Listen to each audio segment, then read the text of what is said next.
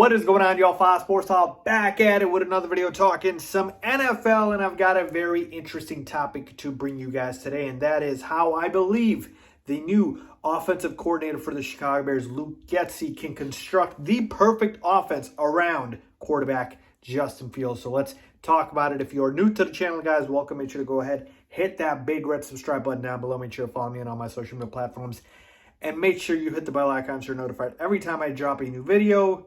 Well, let's get into it. All right, so here we go. How Getsy can construct the perfect offense for Justin Fields. And I think it's pretty obvious why I'm bringing this video to you guys is because no matter what happens for the Chicago Bears, depending on who we draft, who we get in free agency, nothing matters as much as the development of Justin Fields. And for the Bears to have success or any semblance of it, it means that Justin Fields needs to turn into a franchise quarterback. And for him to do that, you have to be able to get the offense that works for him. So this is crucial for the Chicago Bears. It's the biggest thing that they need to be concerned with for this upcoming season. So how can Luke Getsy make sure that he gets the offense working for Justin Fields? I've got basically four, maybe five concepts that I really want to bring you guys that I think the offense should be predicated on. And quite frankly, Luke Getsy, I believe, will implement some of these, because if he doesn't, it would be, quite frankly, foolish for him not to. All right, so let's go ahead and get started here. And no particular order that I'm saying this in, but let's just point them out here. So the first thing, RPOs, right? You guys have heard of this. We all know what RPOs are, run pass options. And RPOs are crucial here because Justin Fields is not just a throwing quarterback. In terms of Justin Fields has mobility. Now, he is not Lamar Jackson, who is a better runner than he is a passer. But at the same time, he's not exactly Ben the Roethlisberger, right, who can't move in the pocket at all. So you have to be able to utilize his gifts. And to me, the perfect example is an early Russell Wilson, who would scramble, run, but would always slide and never get hurt, because I don't want Justin Fields getting hurt. I don't want him to take any cheap shots, but I do want to utilize his legs. And the run pass option, what it does is it keeps the defense on its toes. And here's the interesting part. Luke Getsy was the offense coordinator in Mississippi State under Joe Moorhead. And Joe Moorhead, one of the biggest things he did at Mississippi State was RPOs. So you can bet your good dollar that RPOs are going to be utilized. As one of the biggest criticisms that Matt Nagy had, because he didn't utilize enough of these, and you have to be able to do whatever you can to get the defense on their toes and make sure they don't know what's coming. Is it going to be a run? Is it going to be a pass? Justin Fields is going to pull out? Is he going to hand it to the running back? Like, RPOs bring such uncertainty to the defense that it would be foolish not to utilize it. So we're definitely going to see a lot of RPOs, all right? Or I hope we do. That's, again, the hope. The next thing you need in a Justin Fields-led offense is you need to be able to incorporate deep shots. Deep shot passes are crucial because, again, what are you doing? You're trying to utilize Justin Fields' strengths. One of his strengths is he throws a very good deep ball. And so you want to be able to not just have a horizontal offense here. You want to be able to throw the ball deep. You want to be able to have receivers. This is very key here in free agency. Go and get receivers, or in the draft, go and get receivers that can take the top off of defense. Because one of the problems with the Bears last year was, besides Darnell Mooney, you didn't have anybody else who could really get past the defense. I get it, maybe Marquise Goodwin, but he wouldn't play as much, and he's just not very good. Allen Robinson's a possession guy. Cole Kmet's too slow. Obviously, he's more of a in the middle of the field type. So you need guys who are burners, because you need to be able to incorporate these deep shots. And it doesn't have to necessarily be those guys. Again, we go back to Russell Wilson with DK Metcalf and Tyler Lockett. Tyler Lockett, we get it. He's a speedster burner type. But DK Metcalf isn't, but he can still get behind you. So you don't necessarily have to go for that, but a guy like a Mike Williams in free agency would be great. Michael Gallup. I'm looking at guys like that, because you want to be able to, again, keep the threat of the RPO, threat of the run, play action, and then boom, bait them into it, take the deep shot, and hit them where it hurts. So that's definitely what I need, okay? Next up, conversely, with deep shots, you might think, doesn't this go counter to that? Because what I'm about to write here is easy passes. But work with me here. It's not as simple as it looks. What I mean by this is I want Justin Fields' confidence to be sky high. And a young quarterback's confidence, or really any quarterback, but especially for a young guy who's still learning and developing, the best thing you can do for him is to be able to get him some easy completions, easy throws.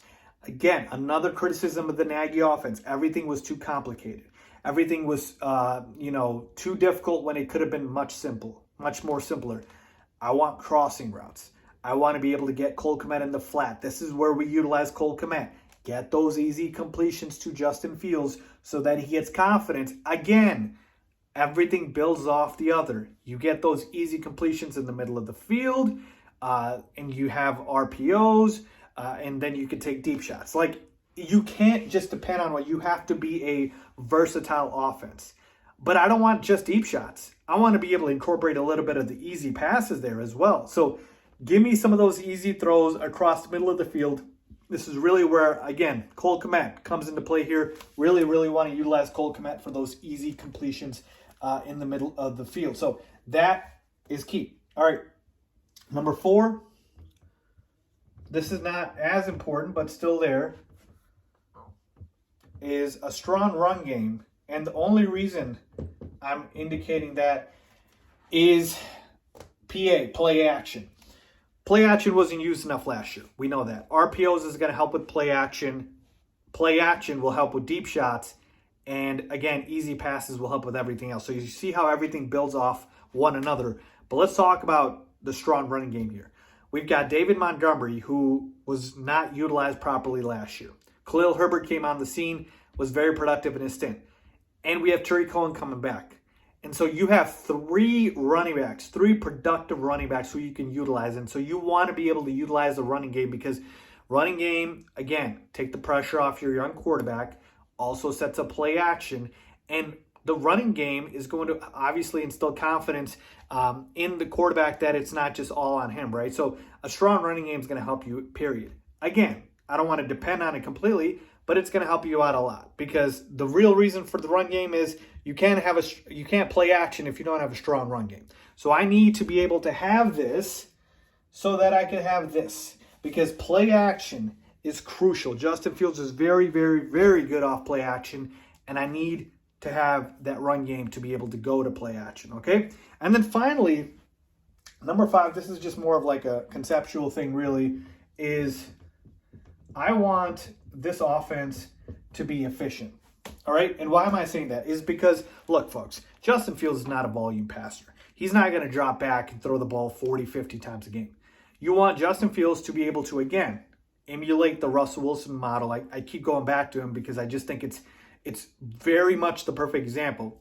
You want him to be able to get those 25, 30 passes, maybe 35, but they're efficient, right? They're efficient throws, touchdowns, and you know that is the type of quarterback he is. If we had a guy who I know would drop back 40, 50 times a game, I would tell you, okay, it's more volume-based than it is efficiency.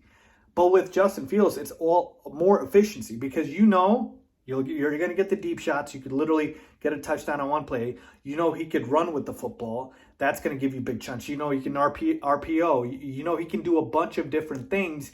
And more importantly, you could also have guys that, will catch the football and then get yards after the catch. So efficiency is important. Every throw, every route, every play on offense needs to be efficient, needs to have a purpose, right? Because Justin Fields is not a volume quarterback. He is a more of an efficient type of quarterback. So these 5 things here, if Luke Getsy is just able to build off of these 5 things, RPOs, deep shots, easy passes, a strong run game to help with play action or to set up play action and make everything efficient, then I believe that he's going to have a lot of success with Justin Fields. So a lot of success. And keep in mind, all of these concepts will also dictate who we go out and get in free agency. Because keep in mind, like I mentioned to you guys, play action, deep shots, you need burners. All right? Efficient, easy passes, well, you don't want to keep getting 5-yard gains.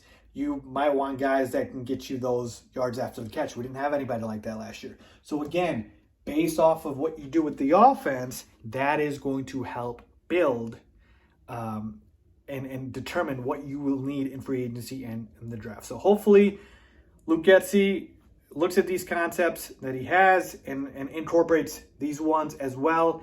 And I'm sure, again, he's taking this into account here, but that is what I believe personally we need Justin Fields to be surrounded with for him to be successful. Let me know what you guys think. If you agree or disagree, leave a comment down below as always.